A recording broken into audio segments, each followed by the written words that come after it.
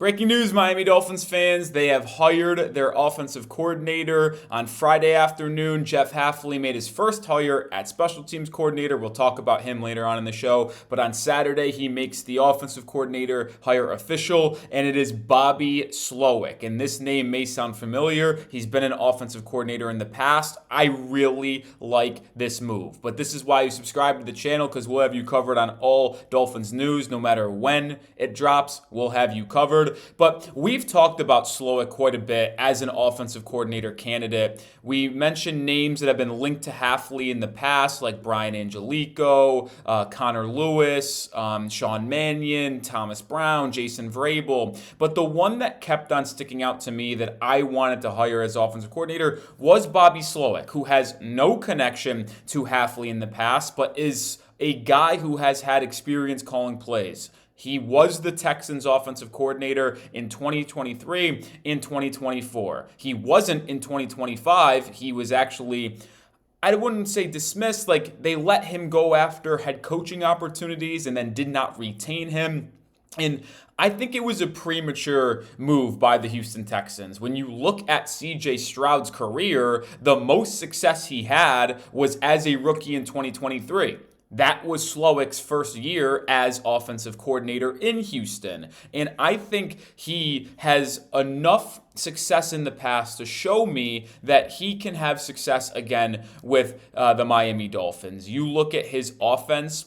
In 2023, his first year as offensive coordinator, the Texans were 13th in points, so top half in the league. They were 12th in yards, once again, top half in the league. They struggled rushing the football a little bit there, but that offensive line in Houston for the 2 years he was offensive coordinator wasn't the best, ranked 22nd in the league. But how about it? In C.J. Stroud's rookie year, what made him a projected superstar in this league, the Ohio State number 2 overall pick, they had the 7th best passing offense with him as a rookie. Now, did it decline in year 2 in 2024? Yeah, that drops down to 19th in points, 22nd in yards. The rushing actually improved from 22nd to 15th, but the passing drops all the way down from 7 to 21. So sure, you saw regression from year 1 to year 2 with that Texans offense, but if I'm going to be quite frank here, I put most of the blame on C.J. Stroud, not the offensive play caller, Bobby Slowik, because what happened in 2025 with C.J. Stroud? Oh, the same exact thing.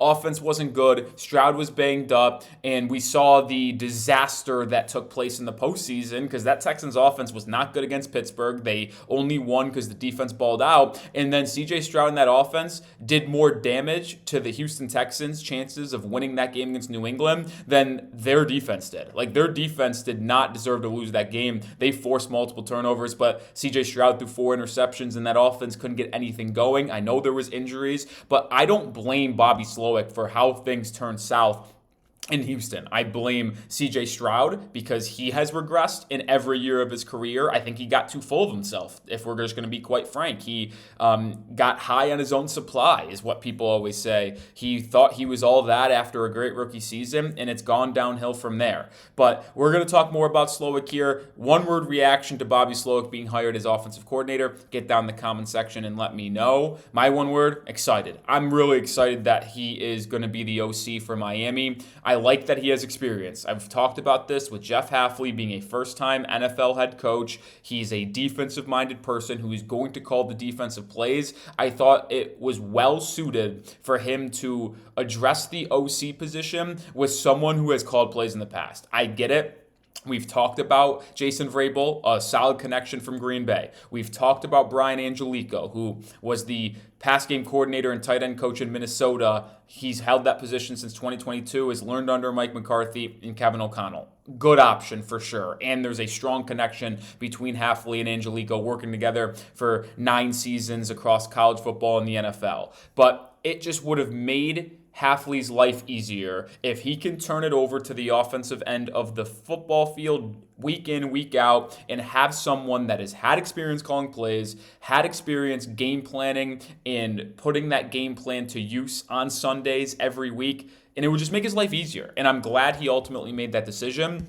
Slowik was sought after for offensive coordinator roles Now, there wasn't a lot of buzz about other teams, but we know the Philadelphia Eagles requested an interview with Slowik for their OC job, and now Miami gets it done with Slowik. He was here as a senior pass game consultant in 2025. He's still extremely young, 38 years old, so a lot of room for growth with Slowik. And I mentioned briefly earlier, he's had head coaching interviews. After his first year with CJ Stroud, he was that hot name on the streets, oh, he could get a head coaching job after only being an offensive coordinator for 1 year at age 36. Now, he ultimately didn't get it, and then when he had a down year in 2024, blame him or Stroud, whoever you want to do, the head coaching buzz kind of cooled off, but he actually did interview with the New York Jets for a head coaching gig in 2024, so he's had at least 4 or 5 head coaching interviews in his career already. This is a coach that's still relatively young. We mentioned it, 38 years old, still has a bright future ahead of him.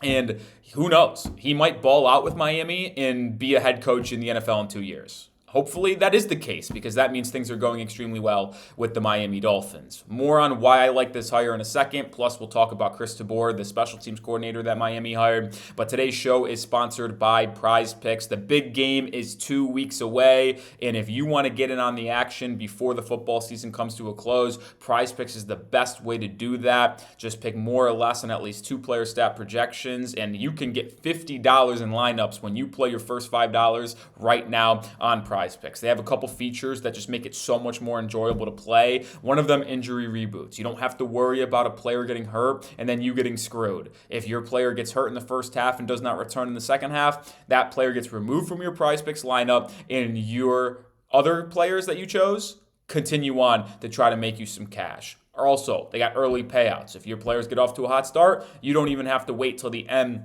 of the game to cash out. You can take an early payout. My entries for this Sunday's games between the Patriots Broncos, between the Seahawks and the Rams, I'm going more on Drake May passing yards. I think he gets more than 230. I'm going more on Matthew Stafford interceptions. I think he throws in an interception. And I'm going less on Rashid Shaheed receiving yards. He's more of a special teams gadget guy at this point. That's my 3-player entry. But download Prize Picks today. Use code CLNS to get $50 in lineups when you play your first $5 lineup.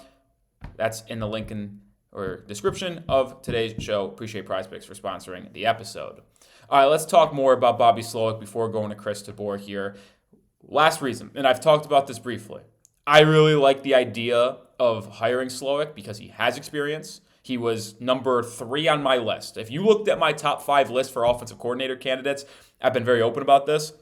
Number 1 was Nate Scheelhaus, the Rams pass game coordinator who's getting multiple head coach interviews. Number 2 is Davis Webb, the Broncos QB and pass game coordinator who is getting multiple head coaching interviews. And Bobby Slowik was my number 3 because I like the idea of hiring someone relatively young who's had experience calling plays in the NFL. We'll continue to echo that sentiment here on today's show. But he also knows what Miami has. You are not bringing in an offensive coordinator that is going into this blindly and having to learn the strengths, the weaknesses of the players on this Dolphins offensive roster that will be returning. No, Slowik understands who they are as people, what their strengths are, what their weaknesses are. And if you do go into next season with Quinn Ewers as your QB1 in a bridge year, well, Bobby Slowik's already worked with him. He knows what he's comfortable doing. He knows what he's good at. And that will just make it such more of a seamless transition on the offensive side of the football field. But you also have familiarity with Devon Achane, Jalen Wright, Ollie Gordon, Jalen Waddle, Malik Washington, Patrick Paul, Aaron Brewer, Jonah Savinaya. Like the list just goes on and on and on and on with familiarity between our new OC and the players that are currently returning. But then there's going to be players that Slowik is familiar with that he might want to bring over in free agency. We'll probably put out a video next week at some point about who Miami might sign on the offensive side of the ball in free agency that fits his type of offense and who maybe played underneath him in Houston for 23 and 24. We'll look more in depth at that. We'll talk about who he might have also had in San Francisco. And I think I should have mentioned this earlier. Yeah, we were talking about people with connections with Jeff Hafley. Slowik does actually have a connection. So there's already a working relationship between these two. They were both in San Francisco from 2016 to 2018 under Kyle Shanahan. So yeah, there's not like the craziest strong relationship between those guys, but when Slowik was just beginning his coaching career in San Francisco, Hafley was there already as well. So I like that there's going to be a unified front. There's going to be familiarity. There's going to be a good working relationship between your head coach and offensive coordinator, and whoever the defensive coordinator hire ultimately is. It's going to be someone Hafley is extremely comfortable with. It's going to be someone that knows Hafley's scheme, the verbiage in and out, and it will just make everything so much more easy for Miami as we usher into this new era. Now, the one hire that came outside the organization is special teams coordinator, which we'll briefly talk about here. That's Chris Tabor, and that name might sound briefly familiar for multiple reasons. One, he has been an interim head coach before, and he was the current special teams coordinator with the Buffalo Bills. Now, he's been the special teams coordinator around the league for a very long time. His first gig as special teams coordinator was in 2018 with the Chicago Bears.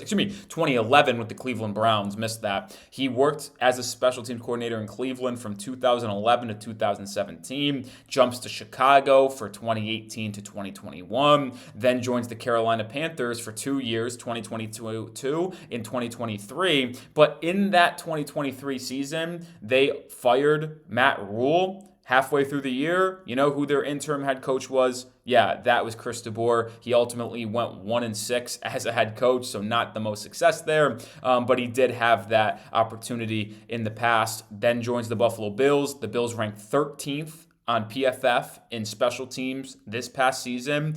Miami ranked in the bottom 5, and special teams is something Miami's got to get better at. I don't think Craig Aukerman did a horrible job for Miami this past season, but the Dolphins under Mike McDaniel, so since 2022, ranked in the bottom 10 in special teams.